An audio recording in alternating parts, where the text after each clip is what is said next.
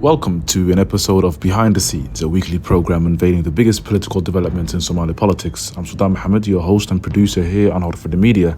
On this week's program, fighting entered its second week this week as separatist Somaliland forces continue to bombard the city of Las Anod despite a unilateral ceasefire declared by the Bihi regime, as its regional administration continues to blame various groups for instigating the conflict in the city.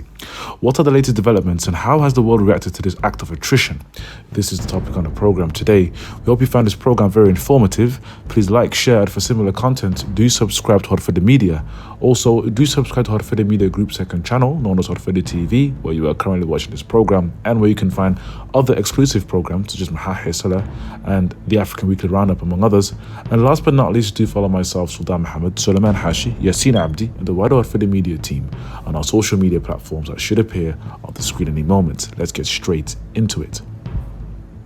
Fighting in the northern Somali city of Las Anod entered its second week this week as reports of heavy bombardment in the city circulated over the news outlets last night. Separatist forces under the command of President Bihi have engaged in what many described as crimes against humanity in the town over the past 10 days.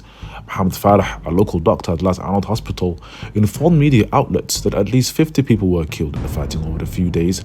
We currently do not know an accurate figure as to how many civilians were killed in the artillery barrage from separatist forces, which has targeted schools, hospitals, and residential homes indiscriminately. Dr. Abdulmajid Hussein from Manhal Hospital in Las Anod told BBC Somali Services last week that resources at his hospital were limited, to say the least. Indeed, the targeting of hospitals by separatist forces was exposed by locals in the city, which showed images of dozens of shrapnel, bullets, and even giant cave holes in hospital buildings, which demonstrate the scale of the violence targeted at these critical locations. What it actually demonstrates is that hospitals are part of the list of targets put forth by the Somaliland separatist forces. Indeed, videos circulated online of Somaliland soldiers openly admitting to targeting hospitals, claiming that, SSC fighters were hiding there. Therefore, it is clear and evidently documented on social media that hospitals are being targeted by security forces from Somaliland. Now, conversely, Somaliland separatist authorities have argued that Al-Shabaab have infiltrated the city and held traditional elders at hostage before intentionally bombing hospitals to make it seem as if separatist forces had bombed them. Now, this claim has been dismissed by many from both sides of political debate, with even Al-Shabaab themselves releasing a statement denying any involvement in the conflict. Now, that's not to say Al-Shabaab is a credible source for any information, but what is clear is that Al-Shabaab, like any other militant group, openly admit to any violence they engage in because that's part of their propaganda. So to deny the involvement of this conflict wouldn't even fit into their agenda and narrative, to say the least. Now, what is clear for many Somalis is that the Bihi regime is attempting to utilize the argument that Al-Shabaab has infiltrated the city, not just to justify an unjust war, but also to delegitimize the actual grievances being expressed by the local leaders in the SSC region overall. Bihi regime alleged last week that they had detained Al-Shabaab fighters as well as alleged federal government soldiers. However, the Bihi regime failed to provide any evidence of such arrests and has not mentioned their detention since the original statement a week ago, and this has led many to question its validity. Of course, as analysts of what's going on in Somalia, many have heard a claim that the federal government was involved, that special trained forces from Eritrea and Turkey was involved. We've heard stories that the PSF or Puntland security forces that are trained by the UAE were involved. And now we hear that Al-Shabaab is directly involved in this conflict as well. So there's, many have questioned the validity because these things are three completely different things that have no relations. Why would the federal government fight alongside Al-Shabaab? It doesn't make any sense. Why would Al-Shabaab infiltrate Las Anod, hold people hostage, and then bomb the hospitals while the federal government is also fighting? There's just too much going on, which doesn't make any sense to anybody who's listening to what Somaliland has to say about the situation.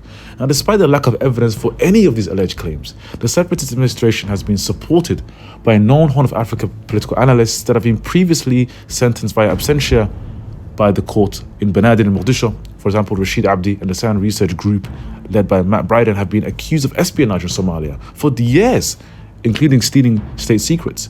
Now, similarly, the group of analysts known as Sand Research became infamous during the Ethiopian Civil War, for instance, for advocating the capitulation of the Ethiopian government, with Mr. Rashid Abdi infamously predicting that TPLF rebels would overrun Addis Ababa in weeks, and of course, this didn't happen. Ultimately, the said analysts have been discredited in Somalia, but yet have a strong support base abroad, with Mr. Rashid Abdi successfully conducting a recent interview with Reuters in which he accused the SSC region of being infiltrated by Al-Shabaab, with again no credible evidence whatsoever to prove his point. Now, a simple question is, how would Al-Shabaab transport fighters and resources so far up north when its bases are in the south and they are currently under attack? It makes no logistical or practical sense for the militant group. Now, on the other hand, the conflict has been a disaster for the Somali federal government, despite the silence from the presidency on the situation, which of course has received major backlash.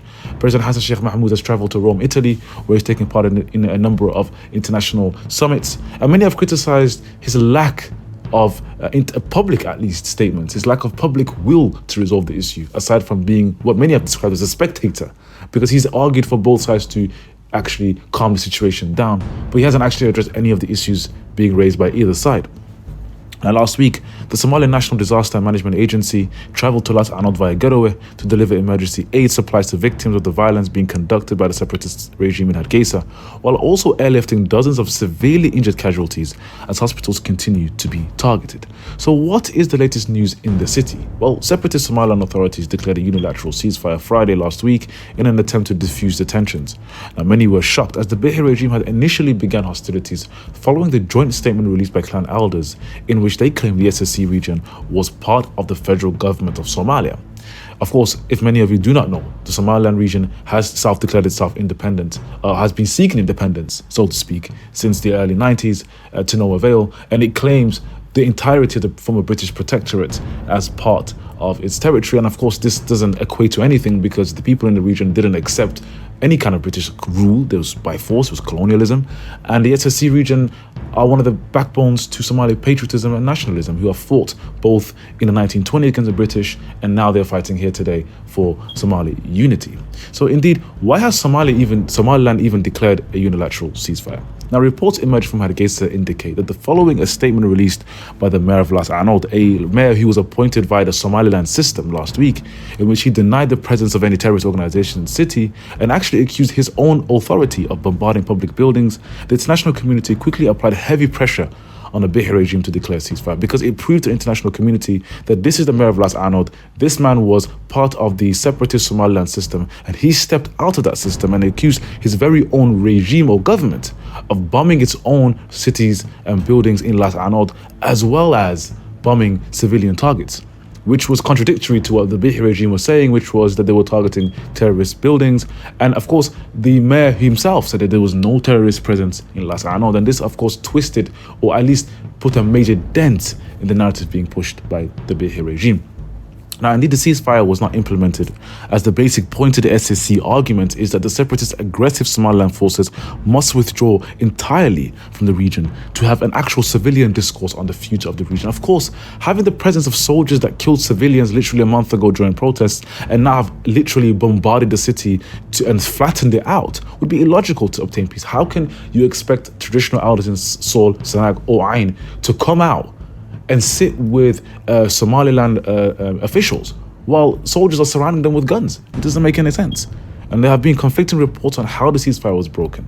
With the SSC elders claiming that Somaliland forces began bombing the city in the early hours of Saturday morning, whereas Somaliland forces claim the SSC fighters had attacked a base outside the city. Now, in response, SSC elders accused Somaliland of using this very base to conduct the artillery barrage on the city, which had been ongoing for days at this point. Now, in a press statement today, spokesman for the separatist government forces, Abdurrahman Abdullah Hassan Abdul outlandishly accused Al-Shabaab again of bombing the city rather than Somaliland forces. Now, he said, and I'm quote, "I confirm that Al-Shabaab fighters had bombed hospitals and homes in the city to blame Somaliland forces," end quote. Now, the absurdity of this statement is quite ridiculous, and let's actually look at the logic of how this could work. Now, firstly, how can Al-Shabaab even transport such large quantities of artillery and tanks to Las Anod without being noticed? We know that the US engages in regular drone strikes against Al-Shabaab positions. We know Turkey engages against regular drone strikes against Al-Shabaab positions in central Somalia, for instance, in Hiran, in Galmudug, in these regions. So it doesn't make sense as to how Al-Shabaab can move giant artillery barrages and all these massive machinery and military equipment from central Somalia in Hiran, for instance, to go through the entirety of the Puntland territory without anybody noticing this. Nobody. No civilians, nobody, and somehow getting these weapons to Las Anod without even Somaliland forces noticing themselves. It just doesn't make any practical sense. It either means Somaliland's quite incompetent and wasn't aware that Shah was moving around, or it means that, it doesn't make any sense whatsoever. There's just no answer to this. It doesn't make any logical sense. Secondly, the war against Al-Shabaab has intensified in recent weeks in the south of the country. Therefore, Al-Shabaab has been on the back foot. They've been trying desperately to conduct counterattacks to no avail. We've seen the desperate terrorist attacks in Mogadishu, in Kismayo, in Beledweyne, trying to conduct bombings. So logically, look, if Al-Shabaab was able to attack Las Anod the way Somaliland is claiming that they are, then they would be able to attack Mogadishu. They would be able to attack Kismayo or Beledweyne. They would overrun the entirety of the country by now. It just doesn't make any sense. Additionally, aside from Galgala Mountains, which is now occupied by ISIS, there are not much Al-Shabaab fighters present in Puntland to launch such a large-scale attack. How would Al-Shabaab move all these militants from the front lines that they're fighting in the south of Somalia all the way to Las Anod? That's another serious question. And finally, Al-Shabaab do not have such equipment in their arsenal. Al-Shabaab and the government right now are fighting, and we know what weapons Al-Shabaab is using, and we can guarantee that Al-Shabaab doesn't have giant artillery weapons to bomb Somali government forces the way that Las Anod has been bombed by Somaliland forces. And furthermore, why would the people of Seoul and Las Anod work with the terrorist group? It doesn't make any sense. So the people of Seoul, Sinai and Ain want to be a federal member state part of Somalia. So why would they work with Al-Shabaab? It just doesn't add up. It doesn't make sense. And surely, if the militants were attacking Las Anod to make it look like Somaliland was, I'm sure the SSC fighters would retaliate. Why would SSC fighters attack Somaliland forces if they're not doing anything, but let Al-Shabaab continue to bomb the hospitals?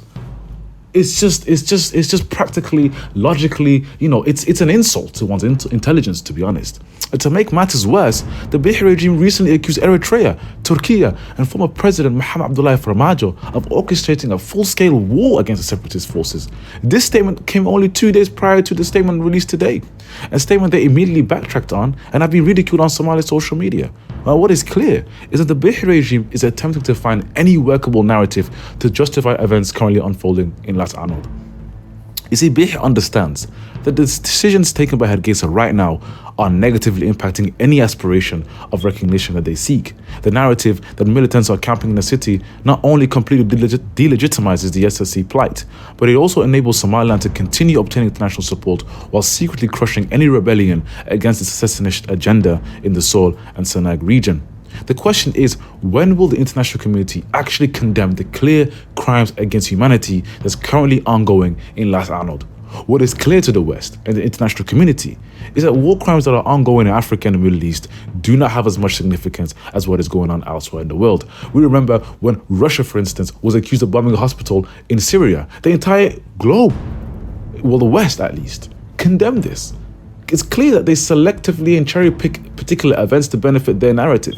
If they were the righteous groups that they claim they are, if the UN and these organizations were, they'll be the first to condemn the violence that's currently ongoing in Las Anod that has been well documented by Somali citizens all over social media.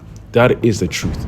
Now, despite statements from the UN Migration Organization, UN Human Rights, as well as the US government, there has not been a single direct condemnation from any organization of the clear violence that has been well documented.